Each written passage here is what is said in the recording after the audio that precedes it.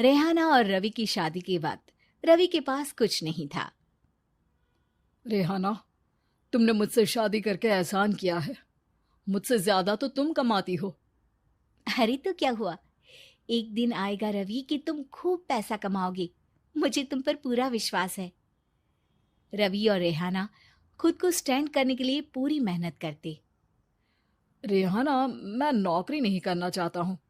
तो कोई बात नहीं, मैं नौकरी करके घर चलाती हूँ, तुम बिजनेस सेट करने की कोशिश करो।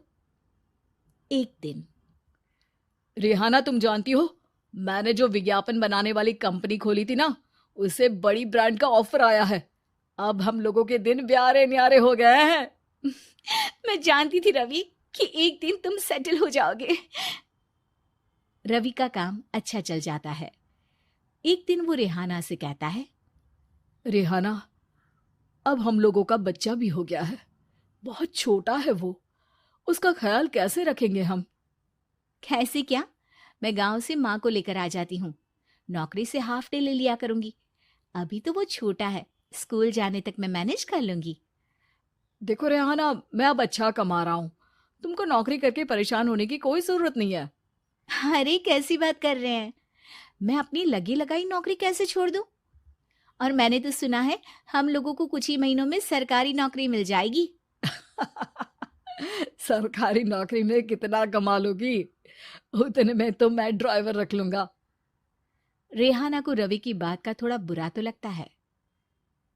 कम से कम मेरी नौकरी की इतनी बेइज्जती मत करो। भूल गए, इसी नौकरी के बदौलत तुमने अपना बिजनेस खड़ा किया है। अरे वो तो मैं किसी के भरोसे भी कर लेता। देखो, अपने बच्चे को संभालो, घर का काम करो। अब बाहर जाती तुम अच्छी नहीं लगती हो। रेहाना रवि के कहने पर नौकरी तो छोड़ देती है, लेकिन अब बड़े से घर में उसकी कीमत किसी नौकर से कम नहीं होती। एक दिन रवि का दोस्त आता है। भाभी, हम लोग तो आपको तब से जानते हैं जब से आप लोग शादी होकर इस शहर में आए थे। आपकी बदौलत ही सारा बिजनेस खड़ा हुआ है। ये किस्मत तो आप ही की है भाभी। हाँ हाँ भाई, हमारी मेहनत तो कुछ है ही नहीं। अरे होगी, लेकिन भाभी की किस्मत के आगे कुछ नहीं।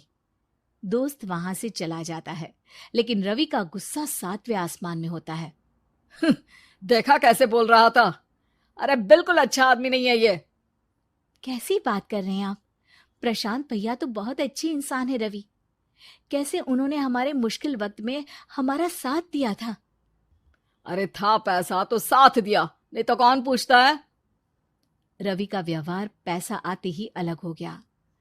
वो बंदे को बंदा नहीं समझता। घमंड से घिरे रवि ने तो एक दिन हद ही कर दी। रेहाना, मैं अब तुम्हारे साथ नहीं रह सकता हूँ। क्या क्या बकवास कर रहे हो रवि? क्या कहना चाहते हो? और क्यों नहीं रह सकते तुम मेरे साथ? देखो, मुझे कोई और पसंद है, और उसने साथ रहने पर बस यही शर्त रखी है कि मुझे तुम्हें तलाक देना होगा। रेहाना, जो कि एक स्वावलंबी महिला थी, उसने बिना देर किए रवि को कह दिया, कोई इश्यू नहीं, मुझे पैकिंग में 4 दिन का वक्त लगेगा, लेकिन तब तक मैं तुम्हारे साथ नहीं रहूंगी। 4 दिन के लिए तुम कहीं और शिफ्ट हो जाओ, मैं घर से निकलूंगी तो बता दूंगी। रवि घर छोड़कर चला जाता है। रेहाना को दुख होता है, वो रोती है, लेकिन व्यवहार से स्ट्रांग रेहाना को पति के वापस आने का और उसे सबक सिखाने का पूरा भरोसा था। फिर एक दिन, अरे शुशिका, कब शादी करोगे तुम मुझसे?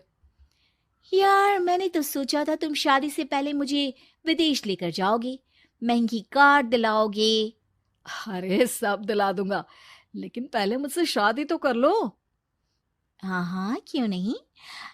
मैं कुछ दिनों के लिए अपने मम्मी पापा के पास जा रही हूँ और लोगों से अपनी शादी की बात करूंगी।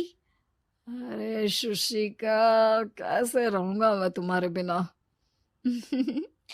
अब तो शादी ही होने वाली है हम लोगों की। शुशिका रवि को छोड़कर चली जाती है। रवि घर आता है, जहां रेहाना को ना पाकर उसे सब अजीब लगता है। घर तो रेहाना के बिना कुछ नहीं है। बच्चे की याद भी आ रही है। चलो एक वीडियो कॉल कर लेता हूँ। रवि रेहाना को वीडियो कॉल करता है, लेकिन रेहाना फोन नहीं उठाती। रात को सोते वक्त मन कर रहा है मुन्ने को गले लगा लूं। चलो कोई ना, शुशिका से शादी के बाद मेरे और भी बच्चे होंगे। अगले दिन रवि ऑफिस जाता है, जहां टीना खड़ी होती है। सर, आपने अपने नए ऐड के लिए मॉडल की रिक्वायरमेंट डाली थी ना, मैं उसी के लिए आई हूँ। रवि टीना को देखकर खुश हो जाता है। अब शादी हो गई है तुम्हारी? नहीं सर, बस अच्छा सा हैंडसम और अमीर लड़का देख रहे हैं मेरे मम्मी पापा।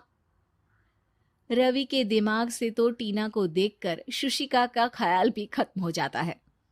अरे यार, ये लड़की मिल जाए कितनी सुंदर है। शुशिका तो इसके आगे कुछ नहीं है। आ, अब क्या तुम्हें ऐसा नहीं लगता कि मुझसे मिलकर तुम्हारी ये खोज खत्म हो गई है?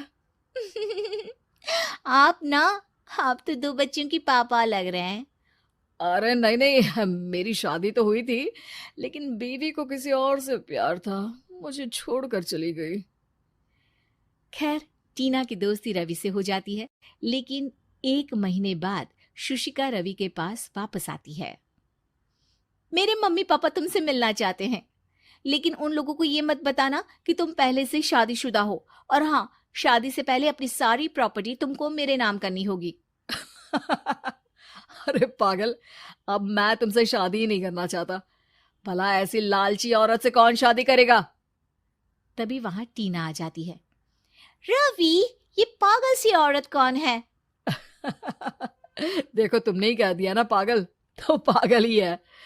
पता नहीं कौन है, कह रही है शादी कर लो, लेकिन शादी से पहले अपनी सारी प्रॉपर्टी मेरे नाम कर दो। बोल तो सही रही है।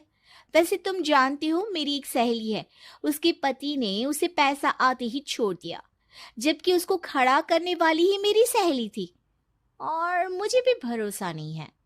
अगर मैं भी तुमसे शादी करूंगी तो तभी, जब तुम मेरे नाम अपनी सारी प्रॉपर्टी कर दोगे। अरे हाँ हाँ, क्यों नहीं, बिल्कुल कर दूंगा।